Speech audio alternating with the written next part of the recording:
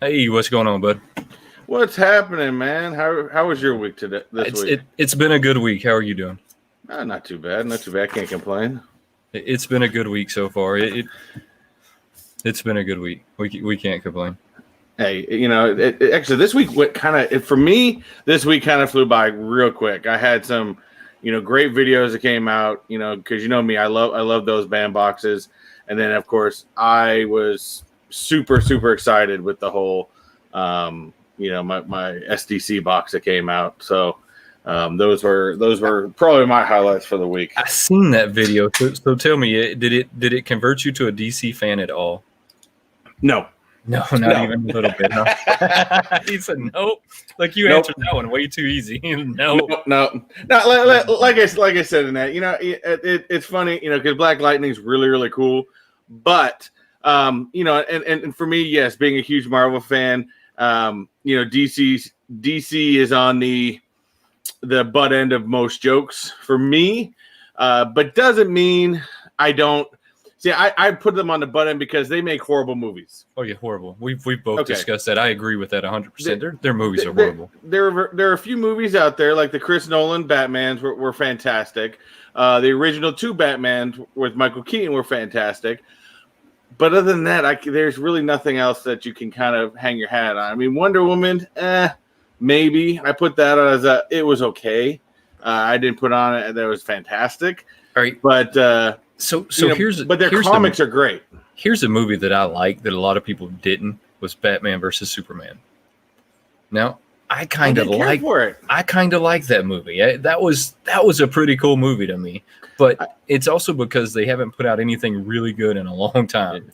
I think and I didn't hate on the Affleck Batman. I didn't hate on him, but I didn't like the storyline. I think they could have done so much more with that storyline than they did. I agree with you, but I didn't absolutely hate the movie. It was one of their most recent films that I enjoyed watching. That, and they relied farly CG. They CG'd it to death. They CG'd to crap. It was horrible. Maybe that's why I enjoyed it, because I tend to enjoy that CG stuff. I mean, when it's good CG, I mean, it has to be some decent CG. If you have a Michael Bay CG, Michael Bay, I mean, how many of his movies, Transformers, stuff like that, has been so much CG? But awesome. The man knows how to do it. Yes. See, he knows how to do it and knows how to make it look good. Yes, but some of those scenes, like even I remember on Justice League, and there was a spot where you had, Aquaman sitting on the hood of the Batmobile or something, and that whole background they had, it was horrible. It was horrible. It was CG to death, and it was just bad. Aquaman. I don't watch a lot of films to begin with, but that was one of them that I can get behind. I think the problem is DC's really good at telling their stories. They just haven't. They need to get with whoever Marvel produces and all of that, and they need to kind of turn it over in that direction. They can't produce their own stuff. I mean, and they've proven that time and time again. They're just not real good at it. Yeah. And it's not from lack of storyline, because DC has great storylines in their comics. They just, for some reason, the people they keep hiring to direct these movies can't get the storyline right. They just can't translate it into a good movie. But it happens, right? And I guess they can't be good at everything. But, then when I look at Marvel, I think, man, their comics are okay. So I think Deadpool's comics are kind of elementary. Does that make any sense? Does that make any sense with you? The newer ones, I have seen some of the newer ones more elementary, but when he came out early on, I mean, he was still the foul mouthed, vigilante that we all love. No, when I say elementary, I mean like it's almost written like to a middle school person. It's almost written to like anybody can read it. Basically, is what I'm saying. Anyone could read that comic book, right? It's not written for intelligent thinking, right? It's not meant to sit down and try and like. Well, I don't think comics in general are supposed to be like that. Right. Comics in general, like Amazing Spider-Man, you can pick up in the middle. I mean, there's hundreds of Amazing Spider-Man, but you can pick up in the middle of anywhere and kind of grab right into the story and enjoy it. Their artists and their movies I don't care what you say. You could say whatever you wanted to say about how the comic book is written or how the storyline goes, but they can somehow take that and turn that into this really awesome movie. So when it comes to that side of it, they have the ability to take what they did there and then turn that into this really good movie. Because, lately I've been really into the Deadpool comics, and I really enjoy reading them, but I know that's middle school me that really enjoys reading them. The movies also help that you found the most perfect guy in all of Hollywood. Yes, they definitely did. That character. Yes, they when they casted him, they casted the right person. Well, I think he kind of pushed the movie himself. You think so? Yeah, I believe the original Deadpool, he knew, because he was Wade Wilson. Now, okay, if we go back to original casting, when they put him in Blade 3 as Wade Wilson, that was probably the original casting of him, but there was no real brought up of Deadpool. And I think from there, Ryan Reynolds started pushing the Deadpool character sometime after that.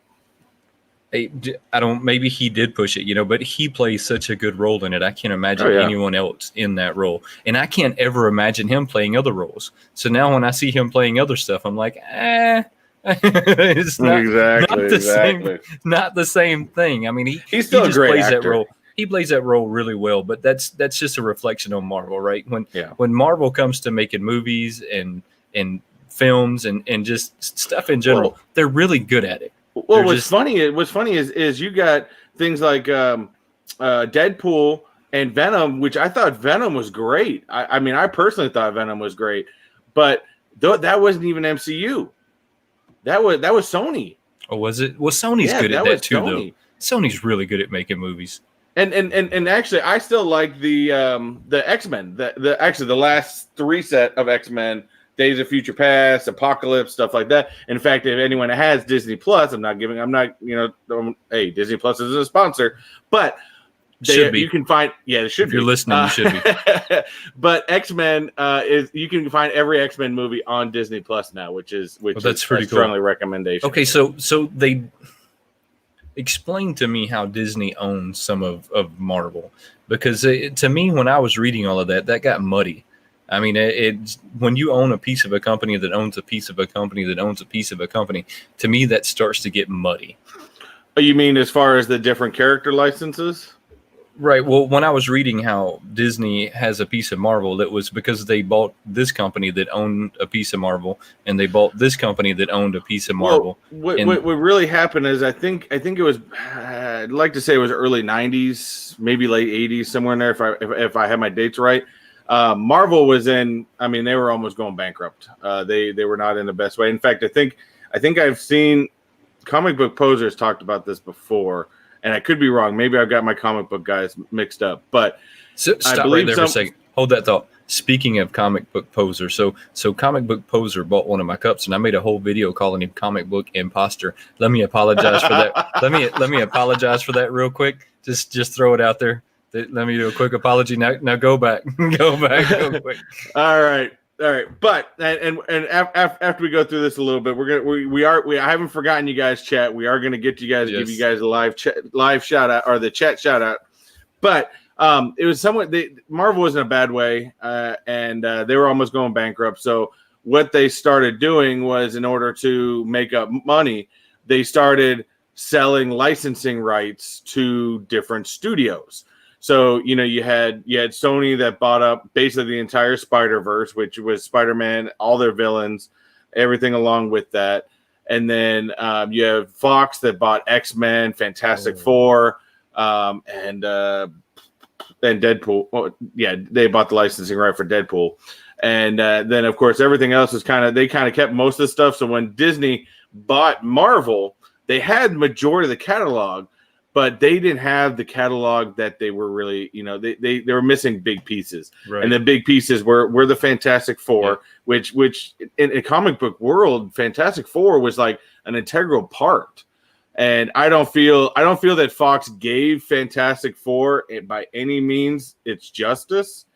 I didn't care for any of the movies they put out for them, to be honest with you. In fact, I was excited when they were going to bring the Silver Surfer back in Fantastic Four 2. And I just didn't feel they brought it justice, to be honest with you.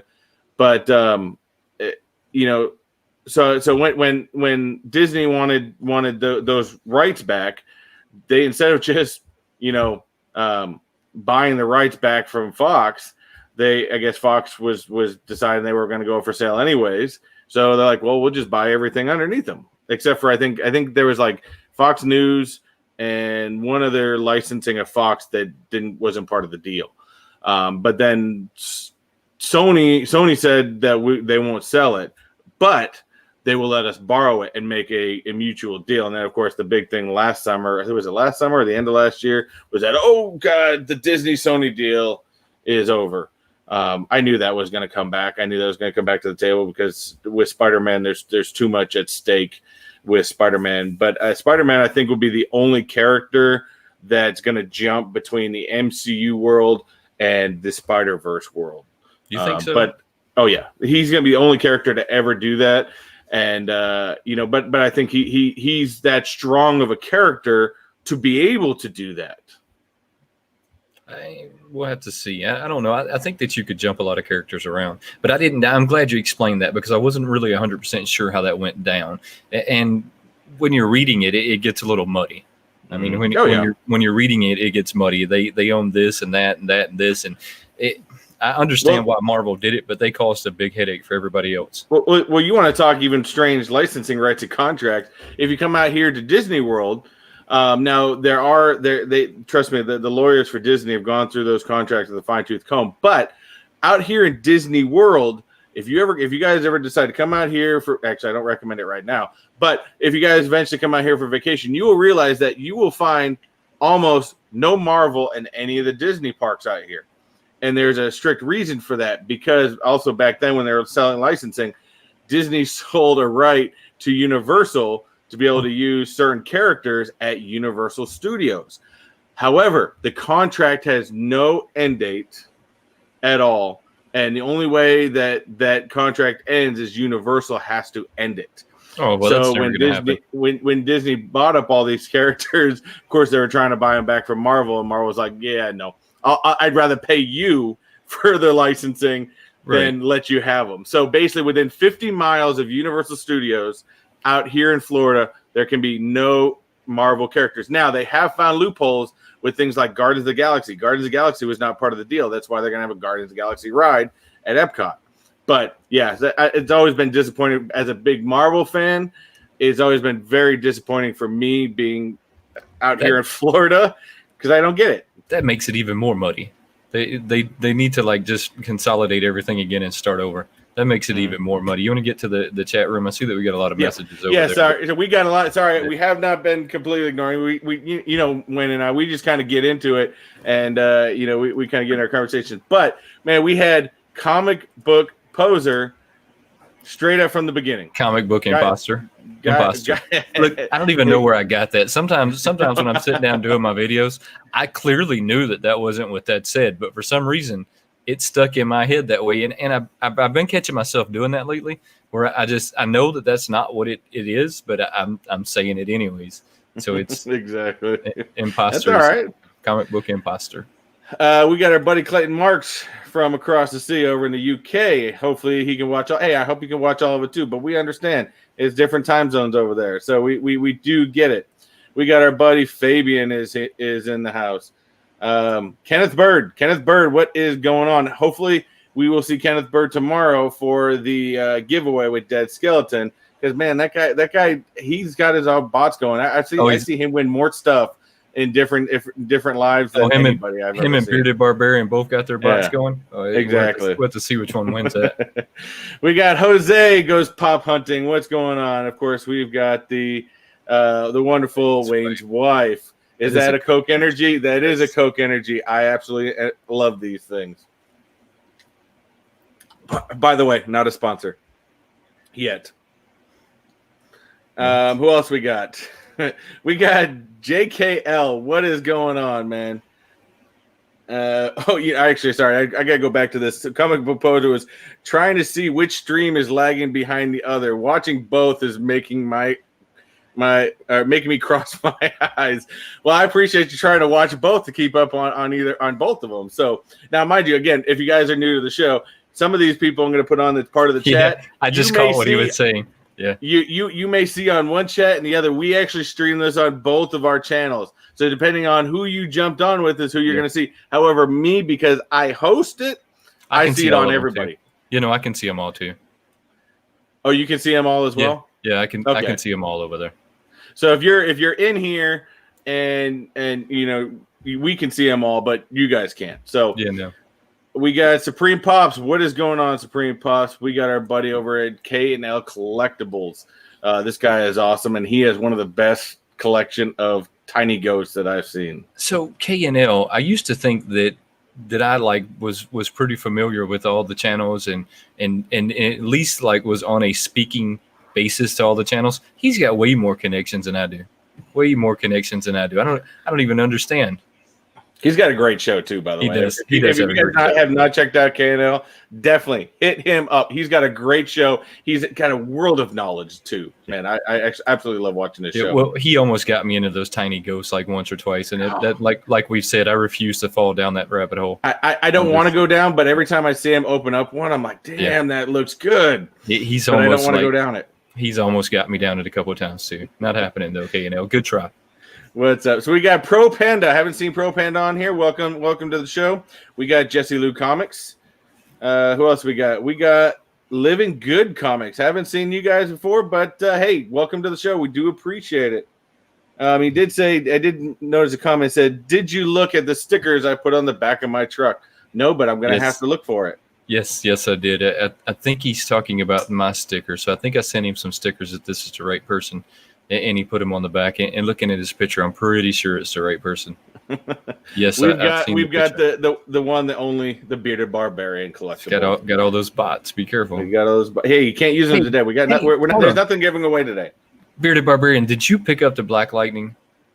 We all know that you did. I had to ask. He got the Black I'm Lightning. going to ask because I don't think I've seen him with it, and I don't think he got it. Confused. So from somebody told me in the chat or in the comments of that video that I saw one other person unleash or bring out the Black Lightning, but they didn't say who it was. So I don't know. Captain Pops has it. I've seen him. Captain Pops. He's the only other person I've seen with it.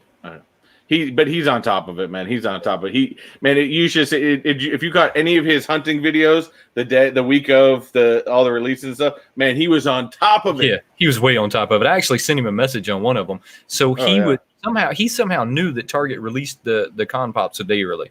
So he was there that morning with the Con Pops, and he posted a picture on Instagram, and I shot him a message because I was confused because I'd had my whole morning like mapped out. Mm-hmm. I've got to get up. I got to go here. I've got to do this. So I shot him a message and said, "Hey, they drop tomorrow, right?" Because I'm thinking maybe he has some inside connections, right? Look, he's a pretty big channel, right? Nope, they dropped him a day early on me. How he knew that about it? Inside connections like no other. He was on top of a great show too, by the way. We got King Collector. Haven't seen him before, but welcome to the show. What do we think about the McDonald's Pops? That's a whole nother hole to go down to, and we have talked about that. I think they're fantastic, but I think that they got bought up way too fast and by the wrong people. I'm gonna wait. I'm gonna wait for the prices to drop down so I can get me a Hamburglar. I want a Hamburglar. I want the 5-pack, but 5-pack's cool too. I'm not gonna buy them. I just simply refuse to pay that scalper fee.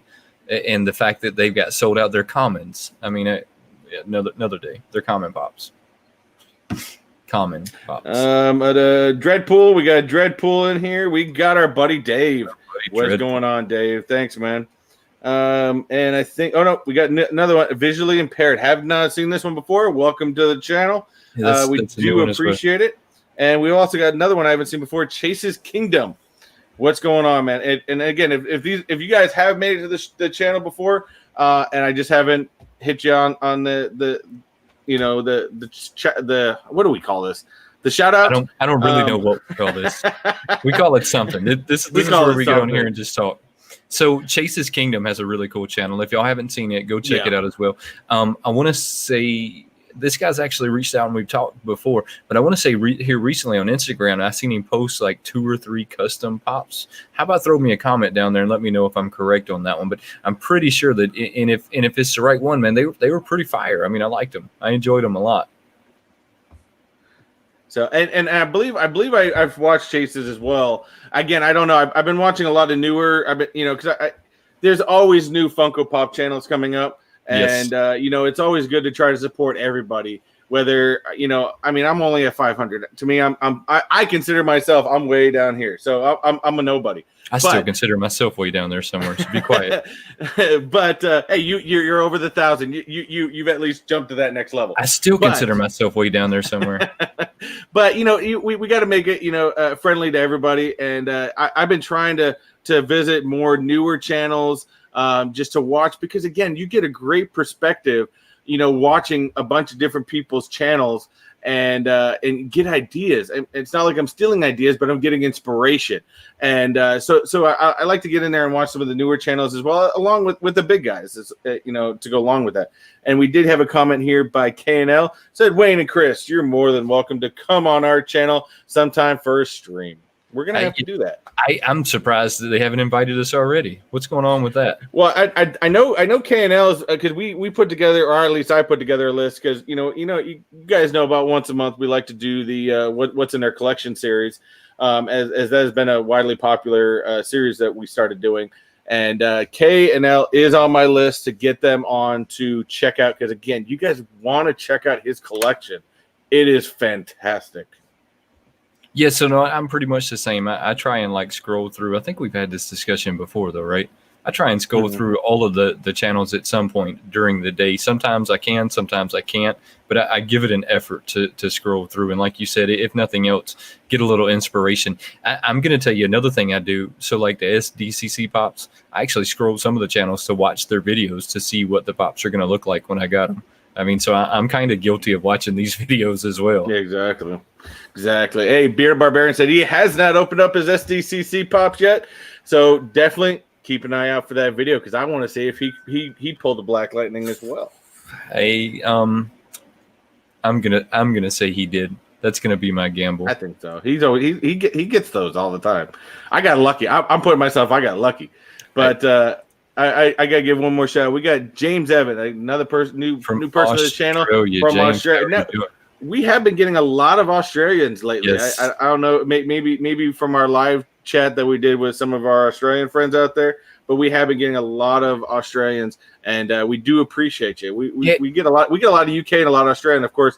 I haven't seen him on here yet, but I'm sure he'll be on here later. We usually get K Titus. I haven't seen Funko Fridge on here neither. He needs to come on here so we can talk about going back on his live. I'm going to tell you, we got to do that again. I enjoyed their live just for their accents, just for their accents, just for the accents. So what did they call the audience? What was the chat room again? Was it Aussies?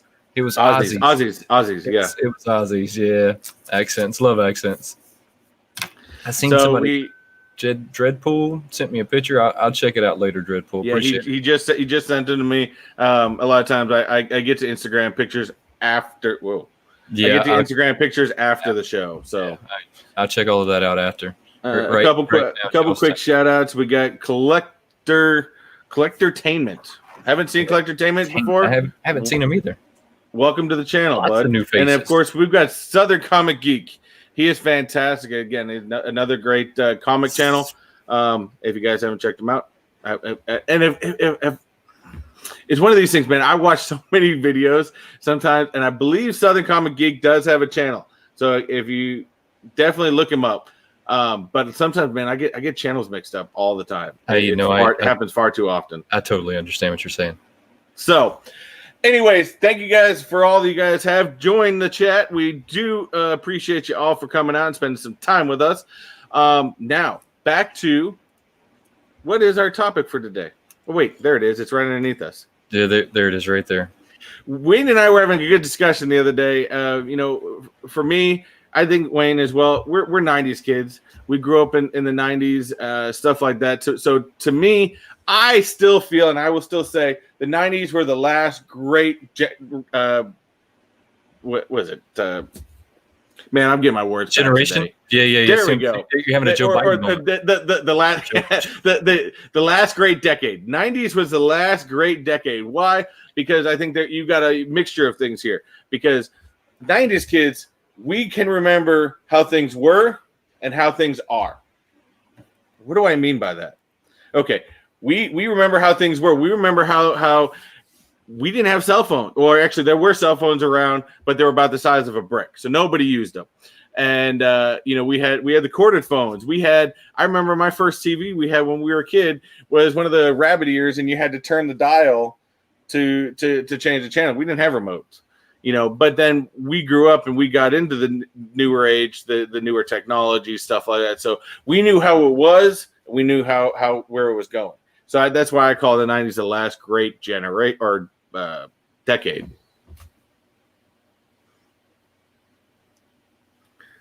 So okay, Southern Comic Geek is a channel because Bearded Barbarian just subbed to him. So so I had to like switch over. I had to check Instagram. So it's look, that's not normally something that I would do, guys. I don't normally like switch over and check anything while I'm on here. This is like when me and Chris talk and when we're talking with y'all and hanging out. But Fabian sent me a picture. Funko Fabian sent me a picture on there. And Fabian, I don't know if I'm supposed to be upset or if I'm supposed to laugh about this picture. Right now, I'm gonna laugh about it, and it's really awesome. So I'm gonna show everybody. So Fabian decided that he was gonna make a custom pop of me. I gotta see that one. I gotta see that one. I'm gonna show everybody, Fabian, but my hair is not that white. Now look. It's just not that white. Oh, I love it. Oh, I love it. Oh, that's funny. Oh, I love it. No, you gotta have shorts on with the monkey butt tattoo on the back. Oh, I love it, Fabian. That's pretty awesome, bud. Oh, you could have gave me a little brown up top, though.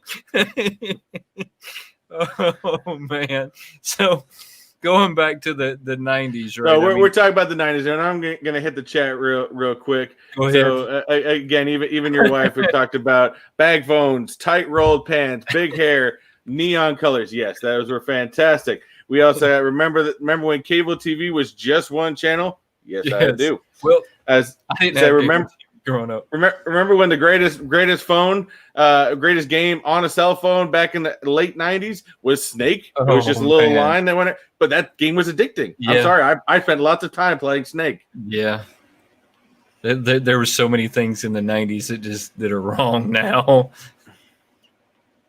But yes, so that's why we say I say 90s was the last great decade. So we started talking about some of these old TV shows that not only have been discontinued, but would they last in today's day and age? That's the question. Yeah, I don't think some of them would. I think some of them wouldn't, hands down. I'm not gonna like do any like quick like shout outs on what we're talking about, but I know one of them in particular, and I guess we can go ahead and talk about it, right? Married with Children. Yeah, that is on the list. Let me bring. I actually brought up a list. Now, mind you, these are in no particular order by any means, but we're going to start with our first one that every teenage boy loved to watch every week, and I'm not saying I wasn't watching that as well, but Baywatch. Baywatch was, or better known as Baywatch, Boob Watch. Had many other names to it. I mean, but even it wasn't just about like that, right? I mean, they had what's his name? Hasselhoff. They had Hasselhoff. Hasselhoff. There's so many memes of Hasselhoff out there. Look, they even had Hasselhoff on SpongeBob at one point, like doing this whole skit on SpongeBob. So that's a very iconic movie, and like you said, that was every teenage boy watched that. But do you remember like that would not make it? Well, I mean, no, that would make it today. That would. No, I don't think it would. They would just have less clothes on. No, I think you'd have more clothes on. You think so? Yes, because I think what was the reason everybody watched it? Of course, why did every teenager, young boy watch that? To watch the slow mo of Pamela Anderson. Exactly. Because but now you're going to have all the feminist groups that are going to come up and say no, that's not going to happen. Or you're going to have less slow-mo. We're not going to get slow-mo anymore. Can't get slow-mo anymore. I could see that being politically incorrect. Yes, I could very see that. Could you see him like slow-mo and Hasselhoff as well? Well, if you're going to slow-mo the girls, you got to slow-mo the guys. Oh, please don't slow-mo the Hoff. Please don't slow-mo the Hoff. Now, mind you guys, we went through and pulled out, I think, was it 10, and we even have, I didn't put them on the list. We do have a couple honorable mentions, but mind you, these were ones that came out in the 90s, have been discontinued. Some of our honorable mentions are actually ones that still have gone on in later on in past the 90s, but you guys are actually bringing up some great ones over here in the chat as well. You know, with these are not on our list, so I'm gonna bring them up real quick. Saved by the Bell. Wonderful show. Watched a lot of Saved by the Bell as I didn't watch that much of that show. Oh, I love that show. We had 90210, another great classic show. Wasn't huge on it. But Saturday morning, just overall Saturday morning cartoons. I was sad when I became a parent and I realized they didn't have Saturday morning cartoons anymore. What is up with that? They don't have Saturday morning cartoons anymore? No. Sure they do. What do you mean? No, there are no Saturday morning cartoons anymore. That was the greatest part of a child is you wake up on Saturdays at like 6, 7 o'clock in the morning and you go down and you watch cartoons until about 11 o'clock. Yeah, wrestling comes on. Scooby-Doo and Garfield and all the legends. All the legends. Are you serious? They don't have that anymore? No. He-Man. That's when you watch He-Man and Transformers, the real Transformers too. The real Transformers, Garbage they try and like pass off as a Transformer now. I mean, like when Bumblebee was an actual like Volkswagen and Bebop was a boombox. I mean, not the garbage they try and pass off today. Ninja Turtles. Come on, man. Are you being serious? There's no more there are no more Saturday morning cartoons. That's garbage. That hurts. Pop Teep makes a very good point here. Kids don't wake up early. They only wake up after 12, which my youngest, she still wakes up early, but my oldest, man, if you let her, she will sleep until like 9, 10 o'clock. She will. I don't know what it is. I was never that kid. I was that kid that was up at 6 o'clock in the morning. Well, I had to watch my cartoons. Exactly. I had to get up and watch my cartoons. And I see somebody over there that said an eat bowl of cereal. Absolutely. That's probably where my obsession with like the cereal like Pops came from. I still love, from mine too. You know, things like Captain Crunch, Frosted Flakes, Frosted Mini Wheats. I mean, you got your breakfast. You knew that Saturday morning cartoons was on. You got your breakfast. You sat there with your cereal and you ate. That was the greatest part about it. Hey, see, I was talking. Who shows up? We got Konnichiwa. K Titus, buddy. What's up, Titus? Buddy? How did you say that again? Konnichiwa? Hopefully I said that right. I don't know. That's probably the only Japanese word I actually know. You're braver than me. I would have never tried to say that. Never tried to like take that out of my mouth. Now I did find. Now, mind you, all the ones on this list, I think we're basing this off of some great TV shows. But we also wanted to see have they been Funko'd? But first, we need to get in the chat because I actually want to see. I want a yay or nay. Should Baywatch of old? Now I know they brought the other Baywatches back, but Baywatch of old. Should Baywatch of old be brought back? Yes or no? What do you think, bud? I'm gonna say that I wasn't never really that into Baywatch. If they brought it back, I would possibly watch it, but I don't know that I would. So I would say no. They can pass on that one. So, and to be honest with you, I don't think it would last very long because, to be honest with the world of the internet nowadays and people's access to all different things, I don't think Baywatch would last very long anymore. And I think it had its place and it had its time. And I personally don't think. Yeah, it needs to be there anymore. I don't think so. I think you hit the nail on the head when you said that one was catered around the 13, 14, 15-year-old male. There wasn't much of a story there. There was some slow-mos of Pamela Anderson. So I would say no. Slow-mos. I mean, I would just say no. I'm with you. That's a big thumbs down. I agree. But talking about Baywatch, they did release a few pops. They do have a few pops here. We've got a pop of the Hasselhoff of the Hoff. As Mitch Buchanan, and also we got Pamela Anderson, CJ Parker. I think those are the only two I've been able to find that they've released from Baywatch. I don't think there's any other ones either. And that goes back to that sometimes we get caught on certain characters, and I don't know that necessarily we should, because me and you both know that there was lots more cast members than just these two, but I can't remember any of them offhand. I mean, so and that's why they didn't make them. And I wanted to bring this up too, and Dave did bring it up. He said he did like the movie with The Rock. that right there, that first of all, the movie, I'll watch it because it's one of those I don't have to think or anything. It was just a very silly movie, but that movie right there proved that Baywatch can never come back. Yeah, I mean I thought that was a pretty like B movie. Yeah. I mean that was not the best movie in the world. What do we got next? Yes, and we all know that Pamela Anderson was not hired for her acting ability. No, she definitely wasn't hired for any acting ability. That's I do agree that the Hoff did peak at Knight Rider. Knight Rider did not make our list, but I think that was more of an 80s.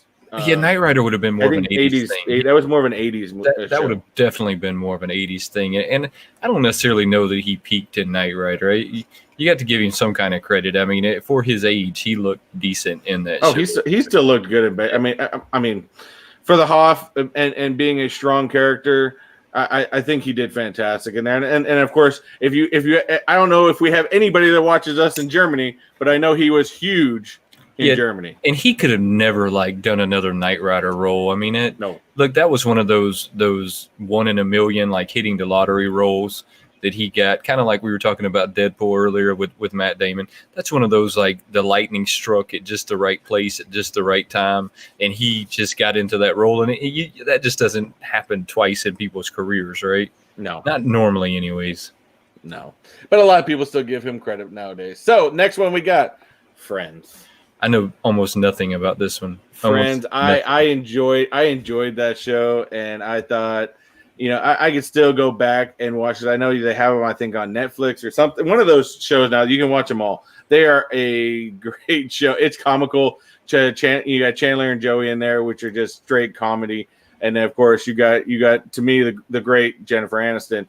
Out of that group who became bigger than everybody in that show. That's about the only thing I know from that show is that Brad Pitt messed up and divorced Jennifer Aniston. I mean, that's about the only thing in that show that I know. I don't know much of any else to it, and I don't even think, do they have pops of the Friends?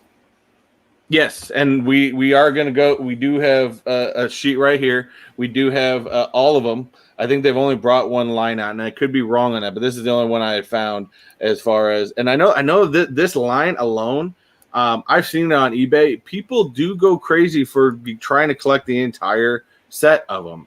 People absolutely love them. There's a huge following of Friends. Now, I can't say that I've seen every game show, I've seen every show of it, but I do know that a lot of times on like Facebook, you can go to those Facebook videos and you can watch clips, and it's just absolutely hilarious. I mean, the show came out at the perfect time. It's kind of like Seinfeld. And mind you guys, Seinfeld is not on the list, but for its time, Seinfeld came out at the perfect time for what it was. Oh yeah, no, look, it had a huge following, and I actually kind of like Seinfeld.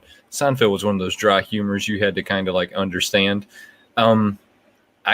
Friends had to have a huge following. They did a lot of episodes. I mean, so they had to have a huge following. I never really got that into it. I'm kind of surprised to see that there's pops in this one, because some of the ones on our list don't have pops, and I would think that maybe they were a little bigger than this show. I mean, maybe they weren't. It could be. And of course, our buddy over at JKL, he's on top of it with the knowledge. They said there were 2 waves of Friends, but both sold out the first wave for a buttload of cash. Yeah, I don't agree. You can't. I've never been able to see find a Friends Funko in the wild. Nonetheless, the only time I've ever seen one is on eBay. They go. People love them. Well, for me, this is one of those learning experiences with Funko. You're forever finding that there's pops out there that you didn't even know exist. This is one of them for me. Yeah. But as far as a Friends comedy show, again, is Friends, where'd my mouse go? Is Friends a movie that, or a TV show that should be brought back? Yes or no? Chat, yes or no? What are you going to say?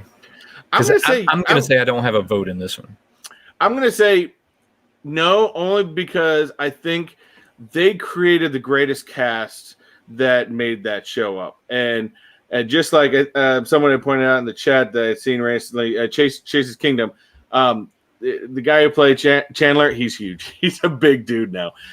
He can't bring him back for a reboot. And I really don't think they could put together another cast like that to bring something like that back.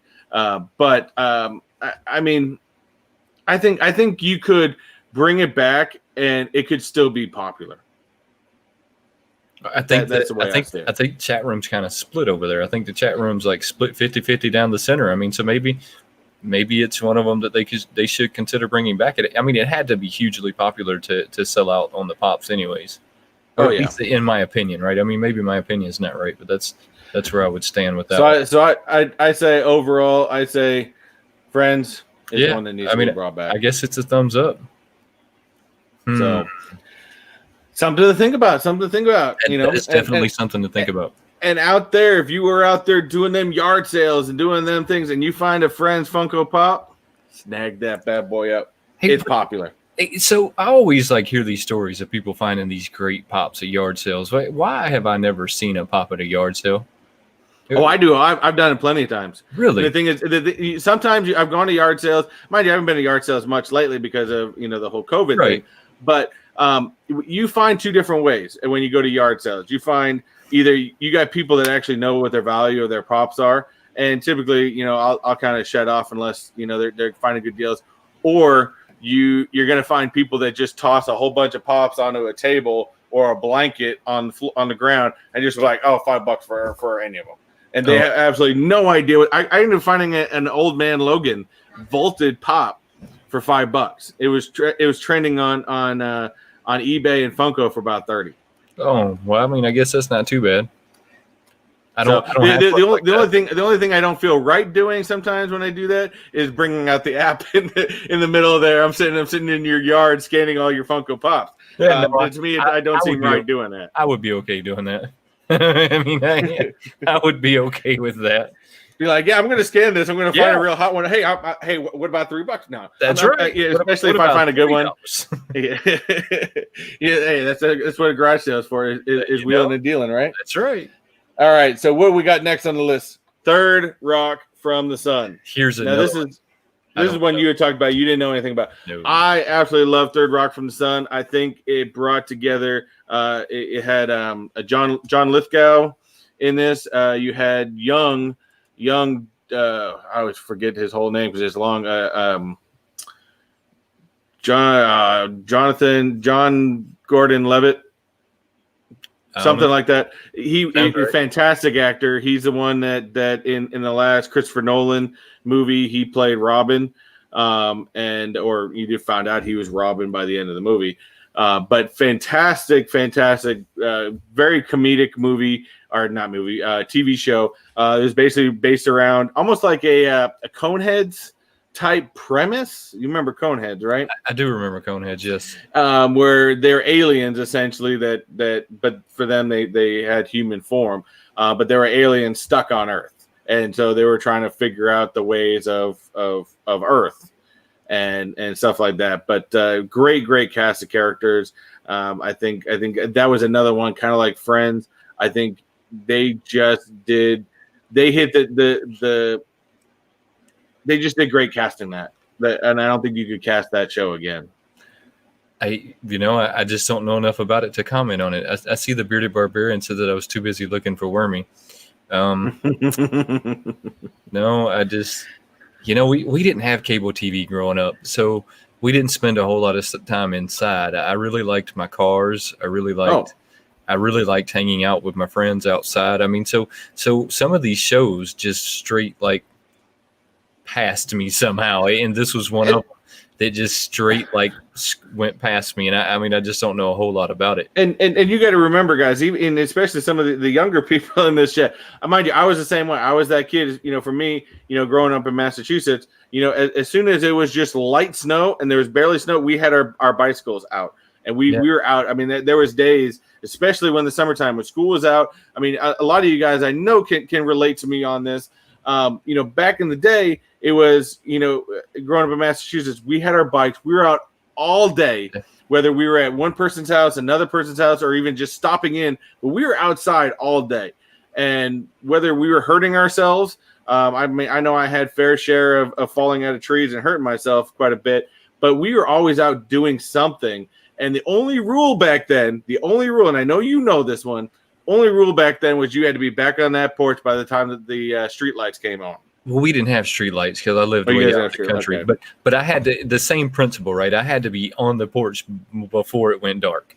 So as it was starting to get dark, you knew it was time to get home, right? I mean, you knew that was like that was the sun is going down. It's time to go. Now in the summertime, that got a little cooler, right? Because sometimes the sun doesn't go down till 9:30. Oh yeah. So sometimes you got to stay out till 9:30 before you had to be back home. But so I guess for some of these shows, the lack of cable and me not staying inside, just I missed them. And this was one of them that I just missed. It sounds to me though like it was a spinoff of the old Alf. Sort of. I mean, it was a slightly different premise, but yeah, Alf was more of an '80s show. Another great show that I do remember watching when I was a young kid.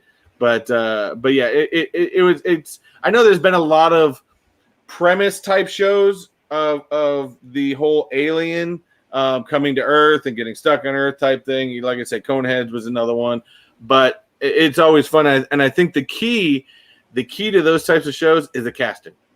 Right. And I mean, that's the key to just about every show, right? Is the casting. I see the bearded barbarian said that his job was to hold the rabbit ears. I was that way. And of course, back then you had to get the tinfoil. If you wanted to get more, you had to go into the kitchen, get the tinfoil, wrap the rabbit ears in tinfoil, and kind of hold it, because I was the youngest. So, of course, I was the antenna back then. You were the antenna? Yeah, and you were hoping you could hold enough so that way you could hang your head around the TV so you could watch too, But and then visually impaired said he grew up in Massachusetts, and yes, the rule back then was you didn't have to be in the house, you had to be on that front porch by the time the streetlights came on, or else you got a butt whooping back then. Right. I mean, same principle. You just got to be there before it gets dark. Exactly.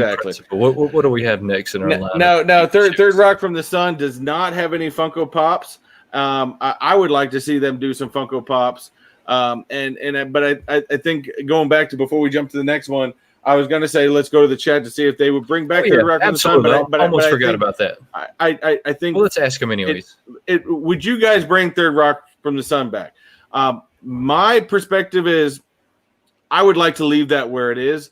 Only because there's been so many different takes of the aliens getting stuck in America or on Earth type premise. So I think it's been done a lot, to be honest with you. But I mean, I'll still watch Third Rock from the Sun today. Yeah, that's one of them that I'm going to stay away from again. I mean, just because I don't have that much knowledge in it. It's one of them that I just don't really know. It sounds like Alf to me.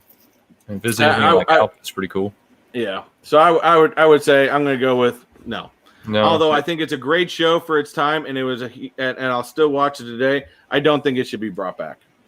It sounds reasonable. I mean, I don't know enough about it, and I didn't see the chat room saying a whole lot about it either. The chat room's trying to get uninvolved over there, and they're going to have to get to going again.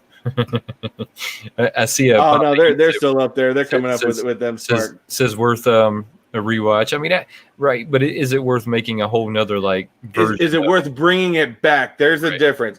Rewatch. Yes, I will. A lot of these shows, I will rewatch them all day. Friends, I'll rewatch all day. But would I want to see it come back to today on either two premises? Either you bring the original cast back, which do I really want to see a bunch of old friends sitting on a couch? No, not really. Or two, you try to recast it, but was that cast so good that it's really going to be extremely hard to recast that? I don't know. Hey, have a good night, Funko. PDX. We appreciate it, bud. Yeah. Thanks for coming by. Yes, we appreciate it. So next on our list, we've got That 70s Show. This is one of them that I'm going to tell you that I don't know a whole lot about, but I do all at the same time. So this is one of them that I kind of watched. Probably didn't watch the whole thing, and I didn't get into it that much. But when I had free time, I could sit down and watch this one. Well, this is another one I'd say was great casting, and yes, you just about everybody from that show went on to have great careers. I mean, come on, you got the main two out of it. You got Ashton Kutcher, Mila Kunis, which of course are married now, have children, but both have gone on to have fantastic careers. You got Topher Grace.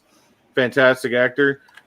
He, to be honest, I think he's had a very respectable career. And then, of course, you've got a lot of, I can't remember the guys that, was it Fez? I think that was his character's name. Yes. I don't remember his real name in real life, but it was a great show, and this was a really good show with a really, really good storyline to it. And I guess I kind of forgot that this was Ashton Kutcher's start. I mean, this was kind of like what started to make him famous. Now, I know that he was in some other stuff like right around the same time, but I don't think he got recognition for any of that as much as he did the 70s show.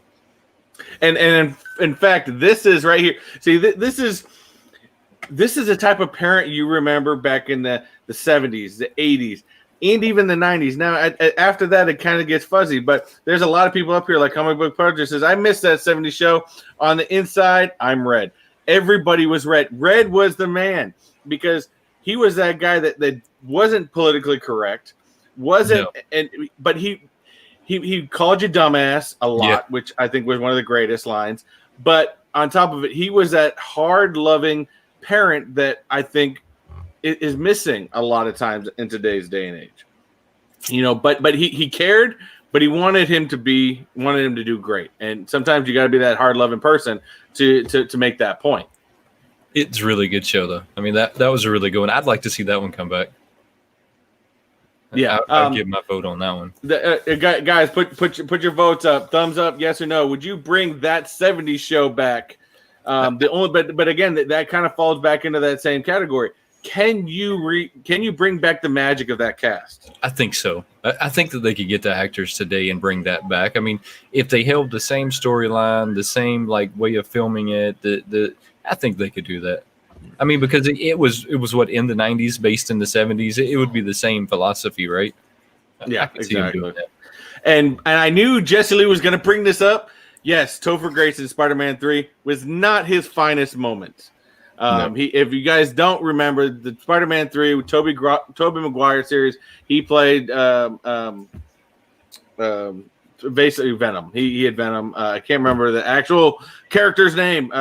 Brock, something Brock. I know you guys are going to hit me up on this in the chat, but he had played him, and he did not do very well at it at all. But he has had a very good career in my eyes, I think.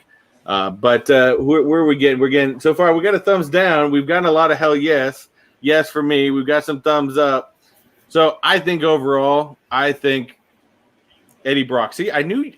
Why did I know JK and L is always on point with the facts? Eddie Brock.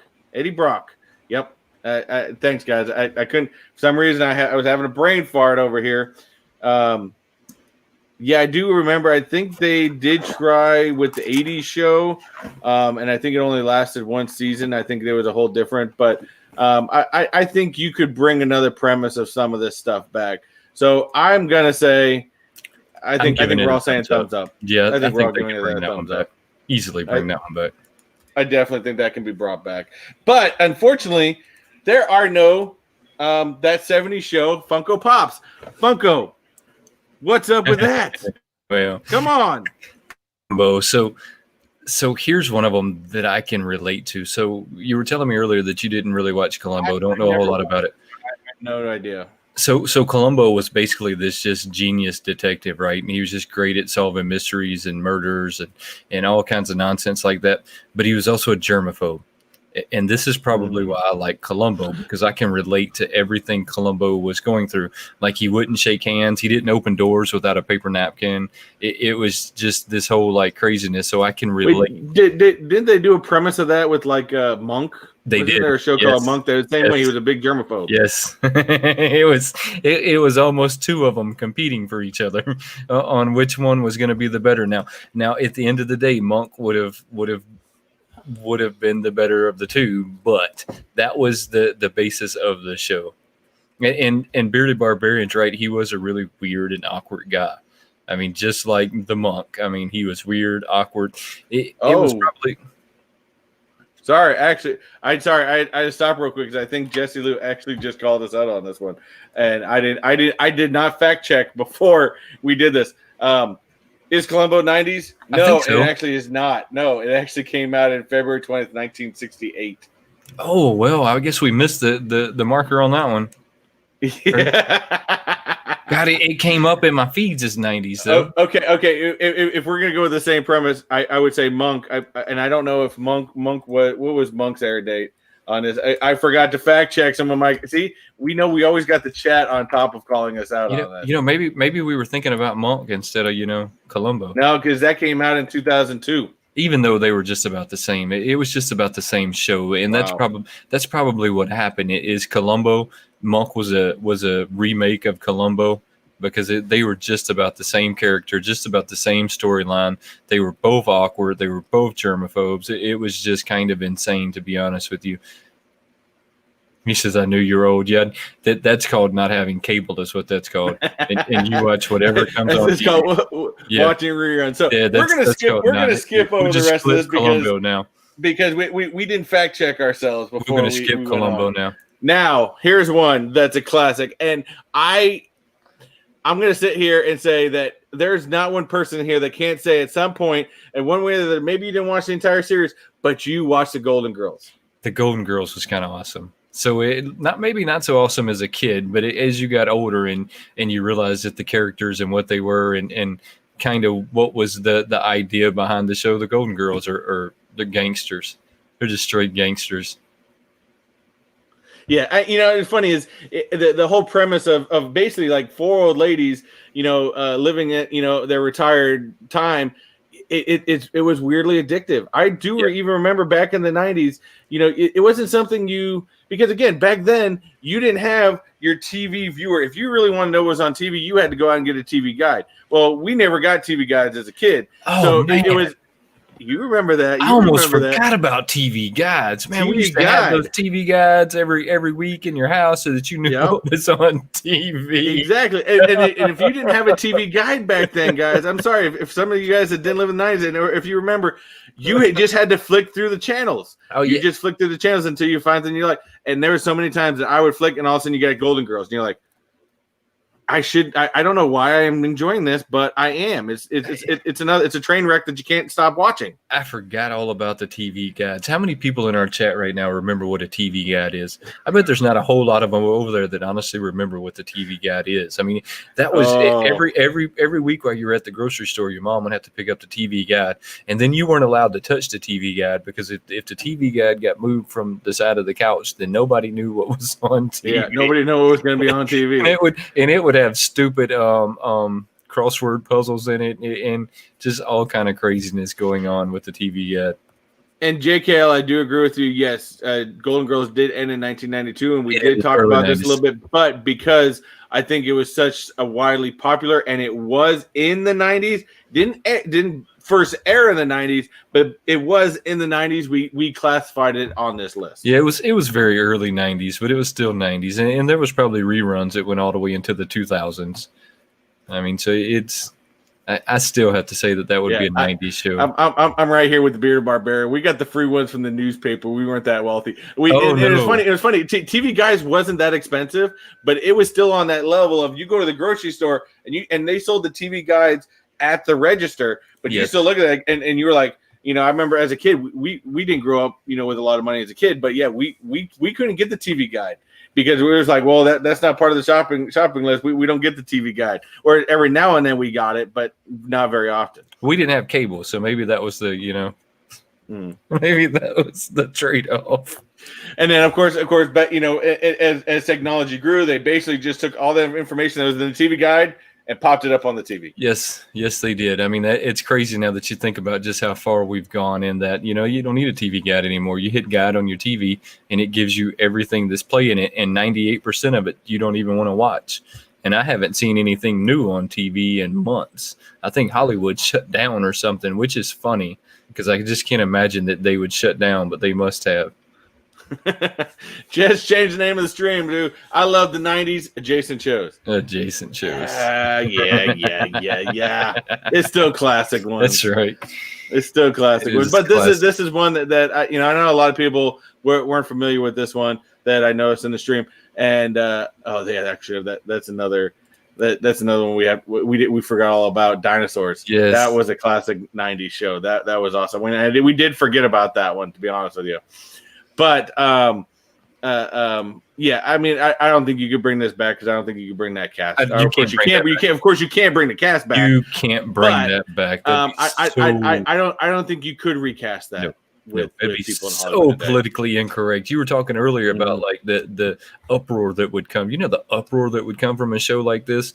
I mean, because you had one of the cast members that was like openly sleeping with as many people as she could. I mean, oh man, there would just be a stroke if they tried to make this show again. It would be a show about 4 nuns sitting somewhere doing nothing. Sitting there doing nothing while they were knitting is what the show would be about. 4 nuns knitting in a corner with nothing. Now they do have Funko Pops for this, and I know that you can't really find those. People did grab those up pretty quickly, but I'm going to give this one a no. You can't bring this back. You can't bring it back. As much as I would enjoy watching the reruns, you can't bring that back. Yeah. So again, here's our next one, Sopranos. This is one you had to be privileged to watch because this was an HBO only. Yeah, this is one of them that I never really seen. I know the movie. I know what I know the series. I know what it's about. I know that it was widely popular, but it was one of them that I didn't really watch. I was very surprised though to find out.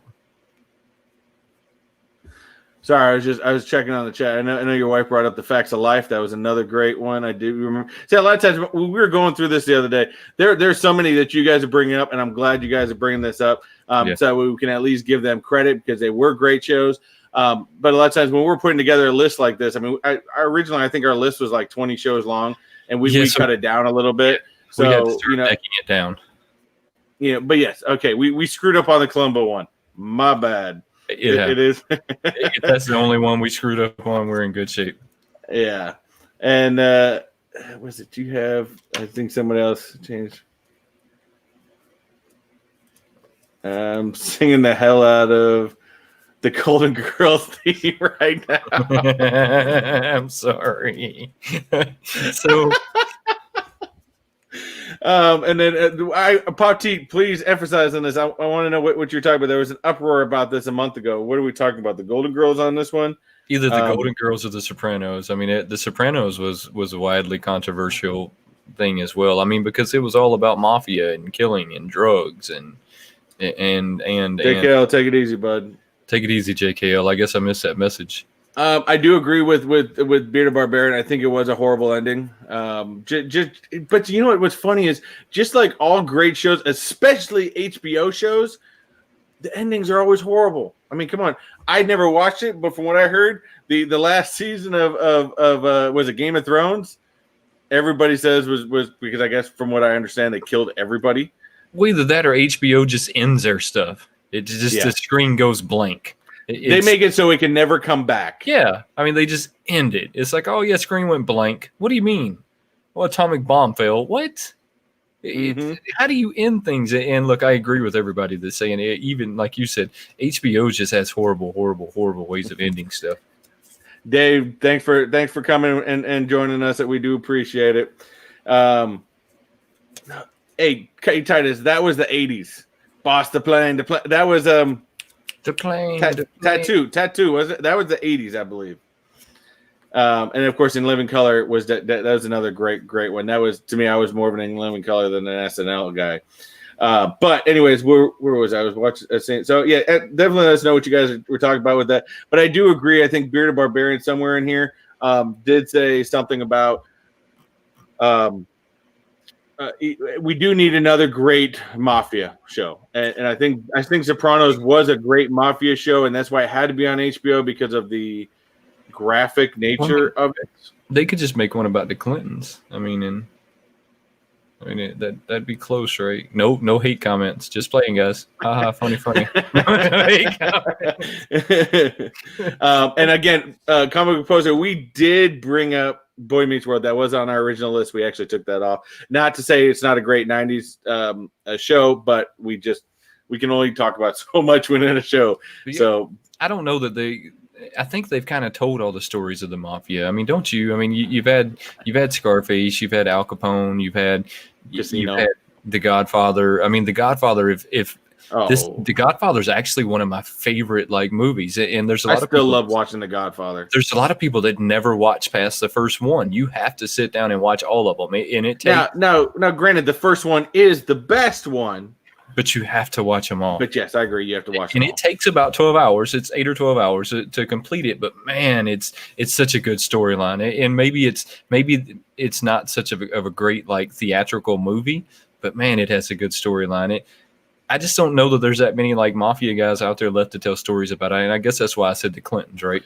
Because but I think because of the graphic nature of telling a mafia story, I think it's always going to be successful if you do it, because I mean, come on, everybody loves a train wreck, and whether it's graphic or not, people are going to watch it. So I don't think you can ever not do mafia TV shows or movies. So I think they're always going to be popular.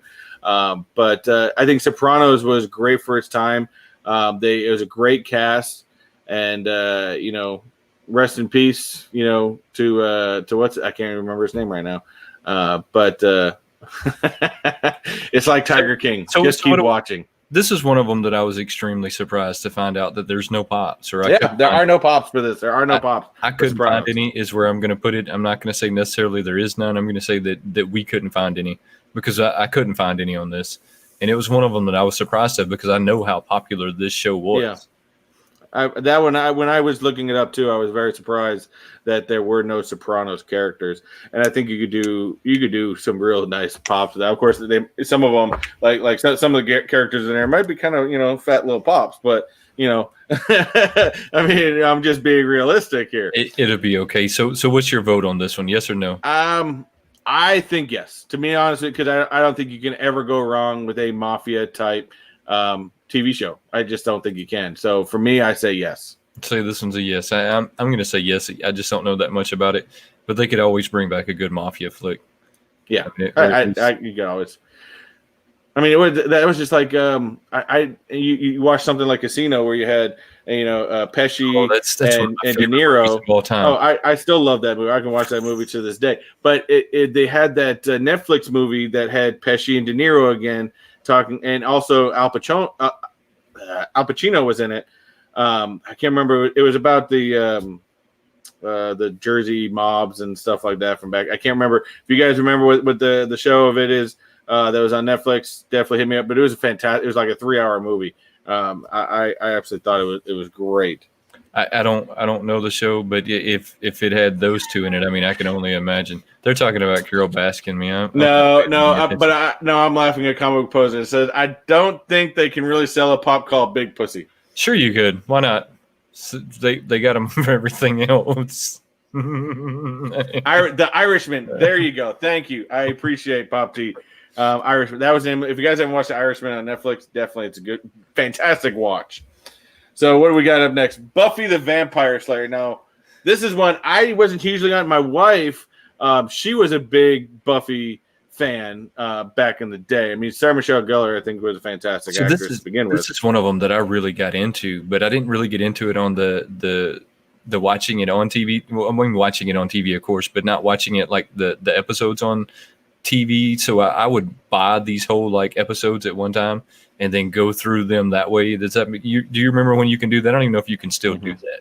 You could buy the complete like series and just the complete box series. Yeah. And then just blast through them. And so that's where I watched this. This one actually had a show spinoff of it called Angel. Yeah, Angel. Yeah. It was to me equally as cool as Buffy. Now, but I think this would have been like pre-zombie. But remember, this also came out because there was a movie back in the 90s that came out, was Buffy the Vampire Slayer. Completely different actress in it.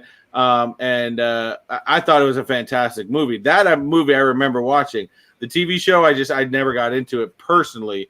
But like I said, I do remember my wife was a big Buffy and Angel fan back then. This is just a good way of killing brain cells. It really never had a huge storyline to it. The storylines were always pretty much exactly the same from episode to episode. It was just 3 or 4 kids going out killing vampires. They were probably tripping on acid or something during all of this. I mean, that's I just probably, couldn't say that. I mean, that's probably like the true backstory to the whole thing, like Alice in Wonderland. But it was just a nice way to kill brain cells. I mean, there wasn't a whole lot of thought that went into it. There was some chick fighting vampires, and there was even like one series where she was in a mental hospital the whole time, and they had told her that none of this was real. I mean, so this was probably an Alice in Wonderland type story. Mm-hmm. And I agree with Comic Book Poser on this, and I'm already going to say I'm going to give this a thumbs up. I would definitely be worth it, but they have this could definitely be rebooted. Buffy from all the new comics they have been creating, and there is a whole nother line, and so they could create a whole nother storyline. They just have to create the perfect cast again, and I think that would. And of course, we got Beer Barbarian. Pee Wee Herman was a vampire. You can't beat that.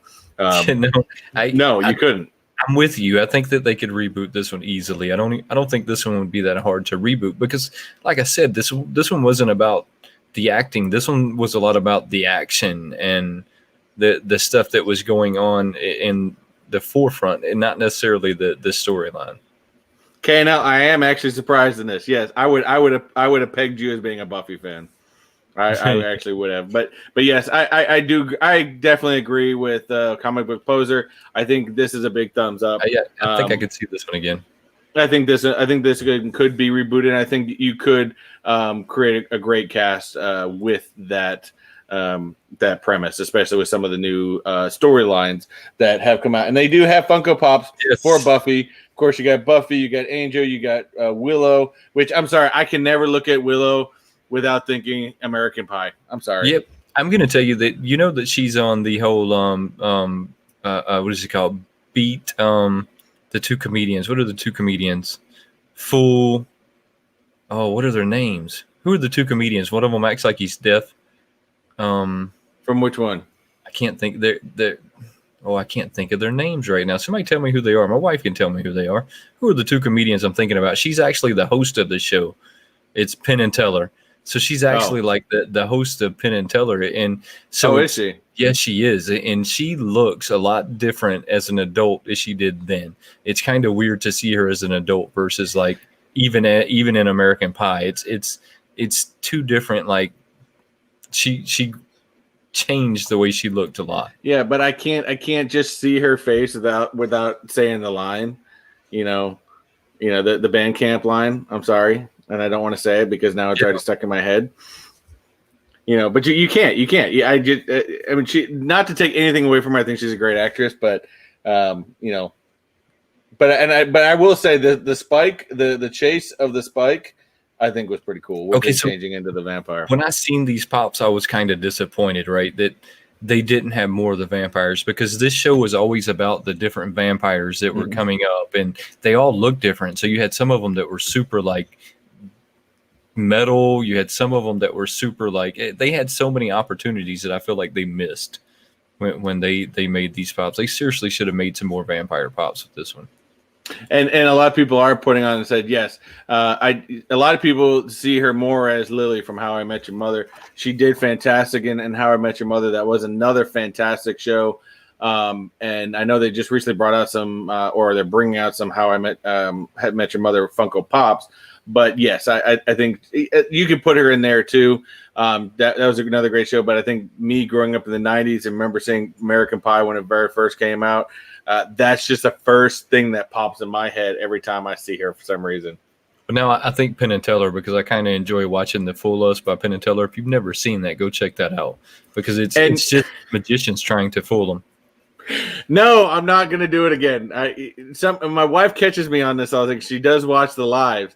And she said that I'm a foul mouth, and I think I've dropped, I think on one live one time, I think I might have accidentally dropped an F-bomb, but I don't feel I say a whole lot. But yes, I did. I already said it, and I'm not going to say it again.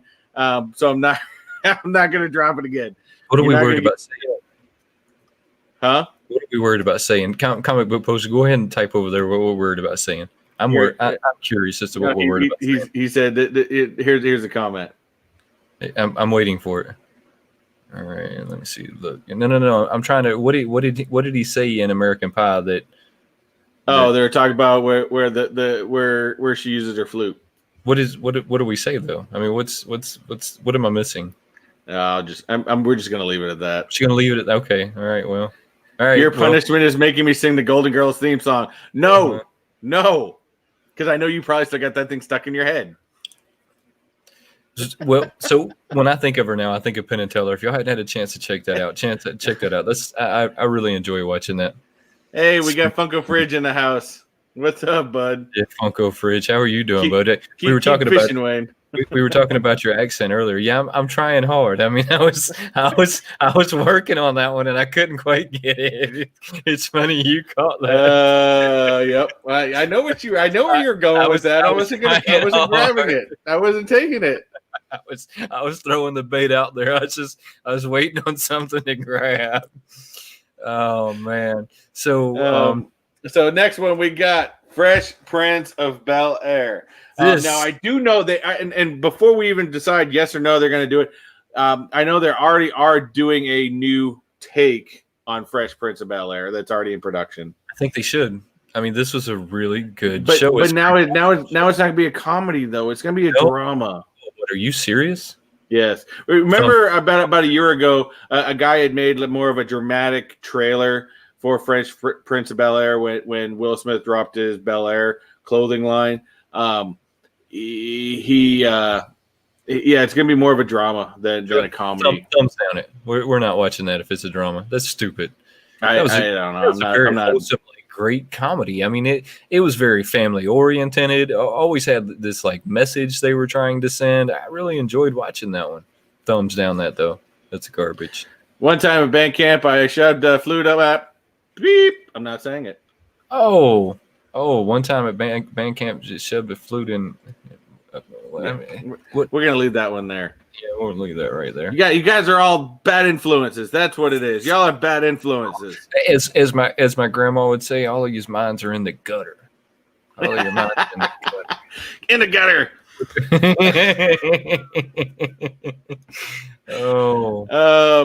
I think the original premise. I mean, that was Will Smith's first big acting gig, and I think that's what made the world fall in love with him was Fresh Prince. He was just that comedic. He could be comedic. He could be serious. He could be all of that at the same time, and it was just great. And of course, nobody could doubt the theme song. He had a great cast, though. I mean, Carlton, their dad, their sister. They had a great cast. The friend that always came over all the time. I can't remember their names. Jeff. It's Jazzy Jeff. Phenomenal cast. I mean, they had a butler. Phenomenal cast of people, and so it wasn't just Will Smith, but it was definitely his moment where he shined the most. But it was he could have never done that without the great cast. And the great part about Fresh Prince is yes, it was a comedy show, but they hit on big topics. Yeah, that's what I was saying. They always had this great story, this wholesome family orientated story that came from it. I can't see him not being a comedy. I just can't. I don't know where they're gonna go with the drama. I don't think they should tarnish the great legacy of Fresh Prince of Bel-Air with a drama. To be honest with you, that's where I see it. I know Will Smith is pushing it, but I don't see it, to be honest with you. But I think it was great because, like I said, back in the 90's, when this was out, they talked about all those topics that shows didn't. They talked about the drugs. They talked about, of course, his dad ditching him and not wanting to be with him. They hit all the big topics, and they didn't shy away from anything. So I think it was just a great cast. I know that I can't remember the dad's name, but yes, he has passed away. No, but also another great one. This is where I was slightly disappointed, and I don't know if you found any, but I couldn't find any pops on this. No, I could not find any pops, and this was probably out of all of them, I was most surprised on. How do you not have a Funko Pop of him in his school backwards jacket?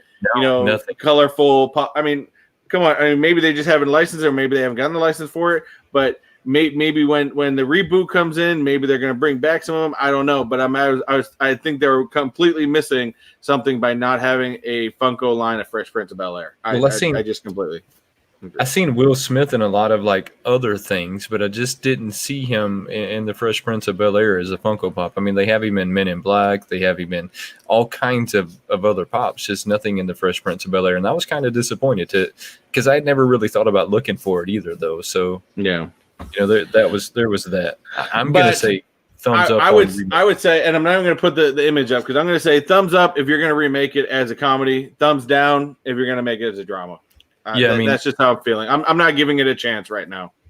Yeah, that's exactly how I feel about it. I mean, if you're going to make it the way you're making it now, so let's do it. If you're not, then I'm going to do a big thumbs up on that one. Mm-hmm. So we're going to go with one of my favorite TV shows, and why I was able to watch this as a child, I have no idea. But this is one of my ultimate favorite TV shows as a kid. Al Bundy was the man back in the day, and I will still say it's still one of my favorite shows, and I can watch even the early episodes to this day and still laugh my butt off. This show right here was the most politically incorrect show that I can possibly think of. I love this show. I'm with you. This was probably one of my favorite shows of all times, but it was so politically incorrect. I mean, in every shape, way, form, and fashion. I mean, all the way down to the fact that he was a woman's shoe salesman. I mean, it was so politically incorrect. And so when me and my wife got married and we were coming out, and you know how the DJ announces to parties as they come out, and you know, they're announcing everybody, and as they come out, we had this song that the DJ put together, and it was a bunch of different songs all put together. So one of them was like "I'm Sexy and I Know It," and it was just it was 7 or 8 songs all cut into one, and that's what we came out to. That's what we did our first dance to, and believe it or not, Married with Children was one of those. It was a lot of fun. Yeah, that's what your wife just said. It was a whole lot of fun, and we came out, you know, this is just very iconic. So I actually have like 2 of these pops on hand. So I have a Bud Bundy. So I got the Chase version. Oh, the Peggy Chase. The Peggy Chase is real cool. I'll bring that up here. I've got them here. So and then I've got the actual, you know, Al Bundy. I was so disappointed because I was not in Funko Pops at the time, but I remember I was at Target one time and I saw the Polk High Al Bundy, and I had it in my cart and I was going to buy it, and for some reason I decided to put it back. I wasn't into Pops at the time, but I liked it because it was Married with Children and it was Al Bundy. But yeah, I definitely agree here with Pop T. Just like I said, you know, I love this as a show. I have no idea why it was okay for me. Well, maybe it wasn't okay for me to watch as a kid. Maybe my mom didn't like me watching as a kid, but we all watched it as a kid, and people didn't have a problem with it. If we're going to talk about it as a reboot standpoint, or even bring back the same premise, the show would never even fly in today's world. Never, not a chance in hell. Never. He would be called so many things. He'd be called a bigot. He'd be called a racist. He'd be called sexist. I mean, he would be called so many things, and that's when I was saying it's so politically incorrect. This was such a politically incorrect show in every shape, way, form, and fashion, even down to his neighbors. It was politically incorrect, but it was a hysterically well done show. I mean, it was just a hysterically well done show. And Bearded Barbarian, I did not have my hands tucked in my pants. I wish I would have thought of that at the time. But that brings back a great point: is yes. how many other TV shows of the day could you have where the classic image was the dad with his hand in his pants? None.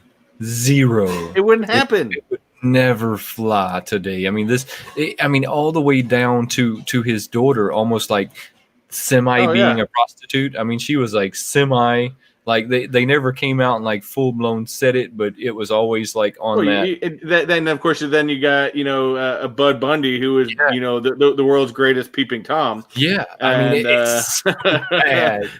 Never make it today. You know, and then of course always making fun of the neighbor for, you know, her chickenness of herself. But yeah.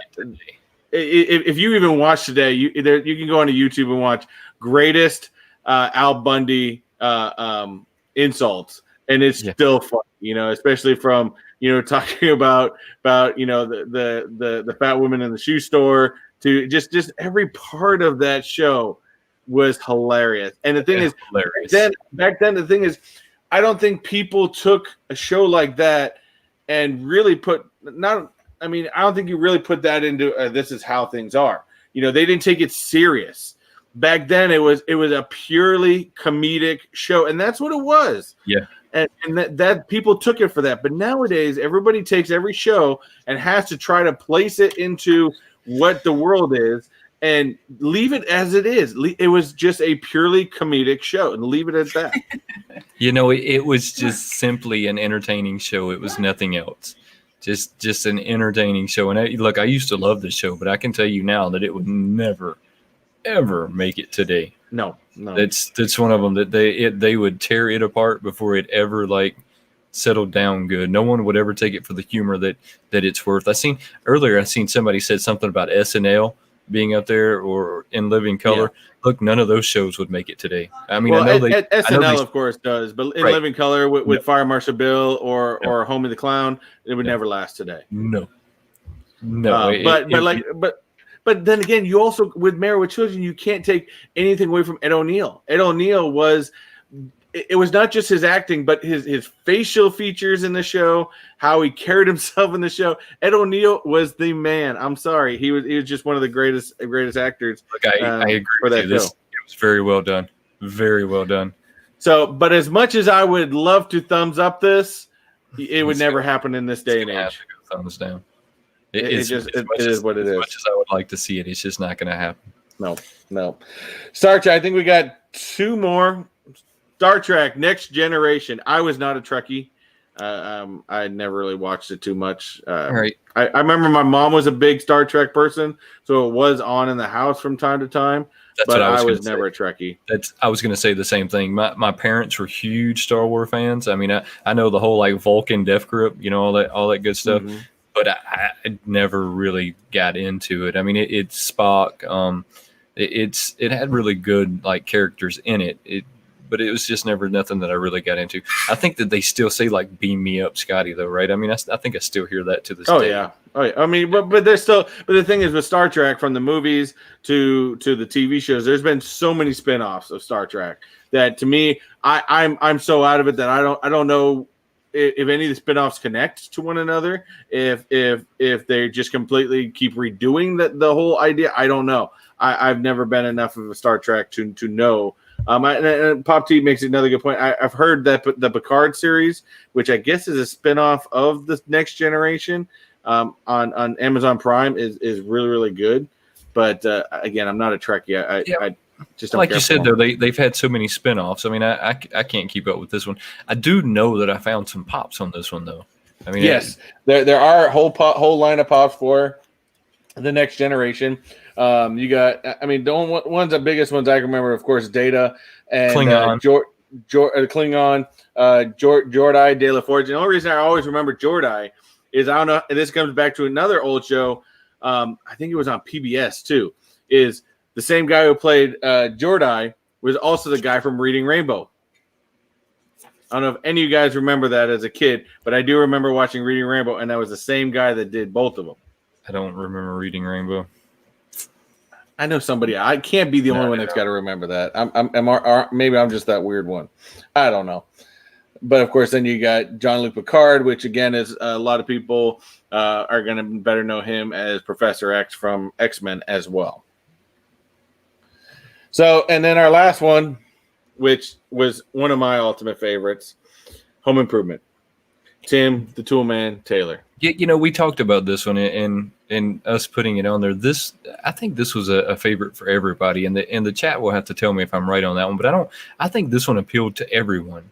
Yeah, I mean, it is the reckless guy. I mean, the funny thing is that I'm probably Tim Allen, to be completely honest. If we're going to be honest, that's probably me. I think I can fix everything, but I almost never fix anything. I mean, it's. Well, I think that's what it was. It was that guy that wanted to fix everything, but he really didn't have the skills to do it. And we all know whether that's someone like us, whether that is us, or whether that is somebody it was just great because I mean, I'm sorry, Tim Allen, he's a fantastic actor. I think he's funny as hell. And to me, Home Improvement is a classic, to be honest with you. Bearded Barbarian, I'm seriously reckless. So I mean, I am lucky. I mean, I'm seriously reckless. But this is seriously a classic. I mean, even the spinoffs on this one, what's his name? I mean, what is Tim Allen? Is that his name? Yep, Tim Allen. I mean, even the spinoff shows that he's done, to me, are really, really well done. Now we don't have the creepy neighbor with the fence, even though we should put a fence up. But even that, look at that. You did an entire was it 9-year TV show with only showing the top half of your face. Yeah. I mean, he only showed like the top half of his face, which was pretty awesome. And if you ever remember, I do remember watching the final episode of Home Improvement, and at the end, all of them came out and did a standing, and he still came out with a fence. He was holding a little picket fence right in front of his. Holding a little piece of a fence. Yeah, at the end, of course, he removed it, but you really didn't see his face until it was there. But yeah, you had the creepy neighbor over the fence. But Last Man Standing was also a good show with Tim Allen.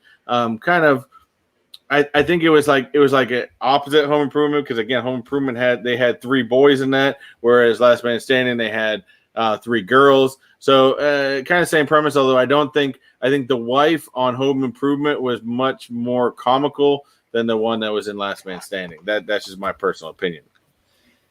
Yeah, and I think that he does a good role acting regardless as to who's around him in every spinoff that he's done, though. I mean, and I think they have a different one now, right? What's the one where he owns is that Last Man Standing? I don't think so, where he owns some kind of bait and tackle shop.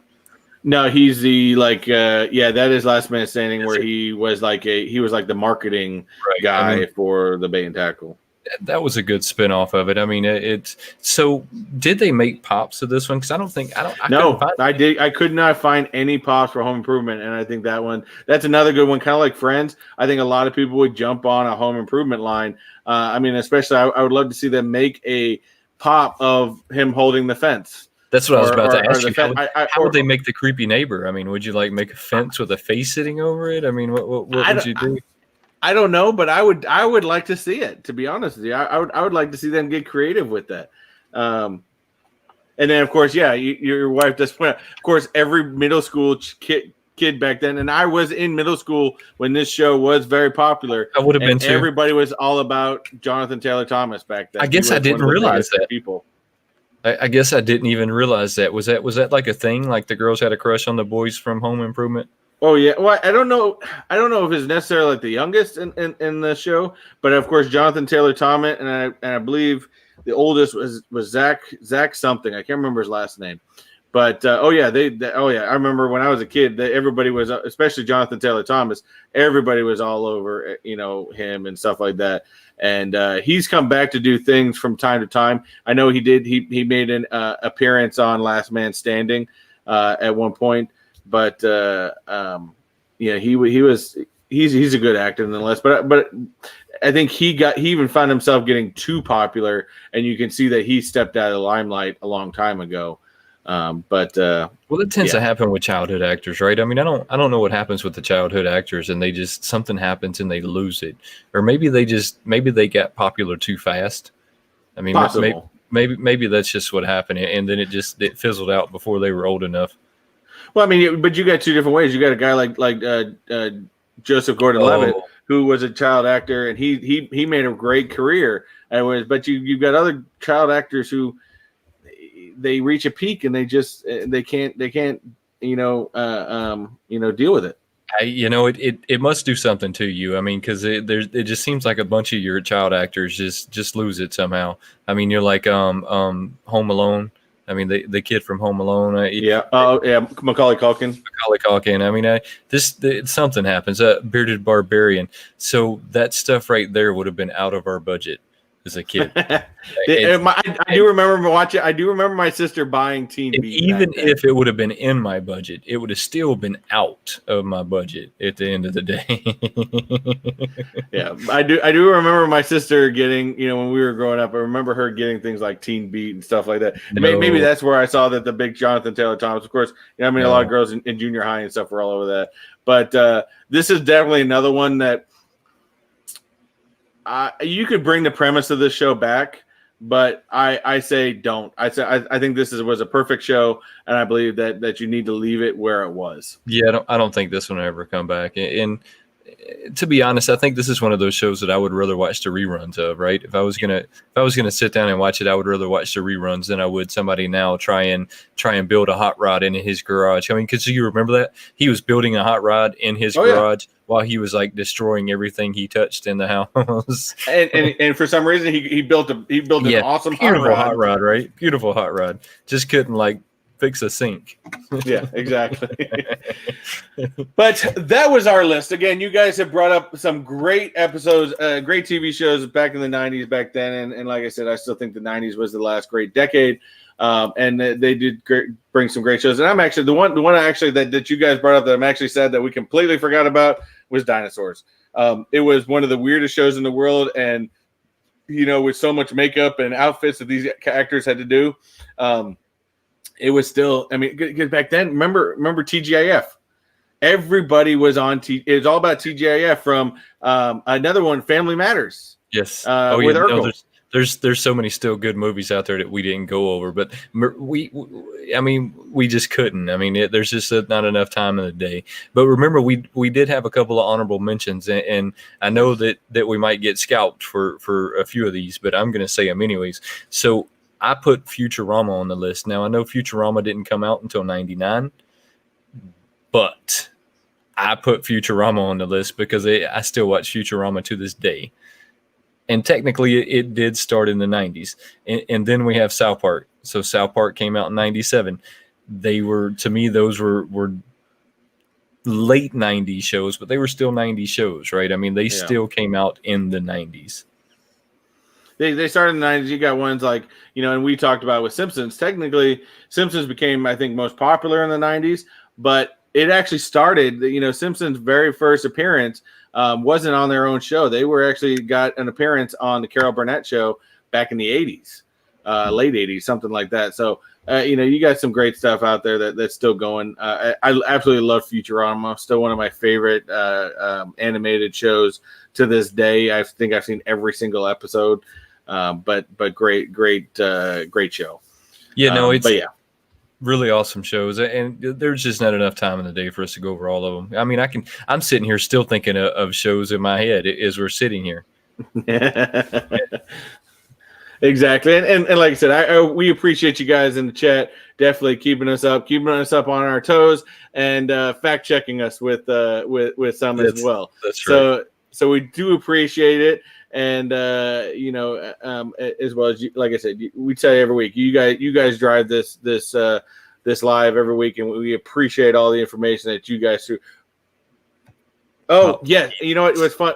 I know visually impaired. Again, you guys are on top of it. What's funny is I said, have you guys ever had that time where you say something in your head but it comes out different? In my head, I swear to God, it was Tracy Ullman. It was Tracy Ullman's show. It wasn't. I've been doing that lately. I call that Joe Biden moments. Oh man, it's okay to have those moments. I mean, you say one thing, but it comes out something different. But yes, you are right. They come in Tracy Ullman show. I call those Joe Biden moments. It happens sometimes.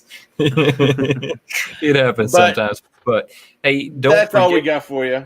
Before we get out of here, though, guys, tomorrow at 8 p.m. we're going to be going live with the Dead Skeleton. Oh yeah. Now, I've actually known the Dead Skeleton since I was at like 200 subs. I think he was maybe at 5 or 6. We kind of started chatting then, and we've kind of just been going ever since. So don't forget, tomorrow at 8 p.m. you're going to have to come over to Chris's channel now. We're all going to be on Chris's channel. We're all going to be doing a giveaway. So we've got 3 giveaways that'll be going on this shit. So make sure you come check us out. It's going to be lots and lots of fun. Look, the Dead Skeleton is always a lot of fun. He's always very animated. It's going to be a lot of fun. A lot of fun.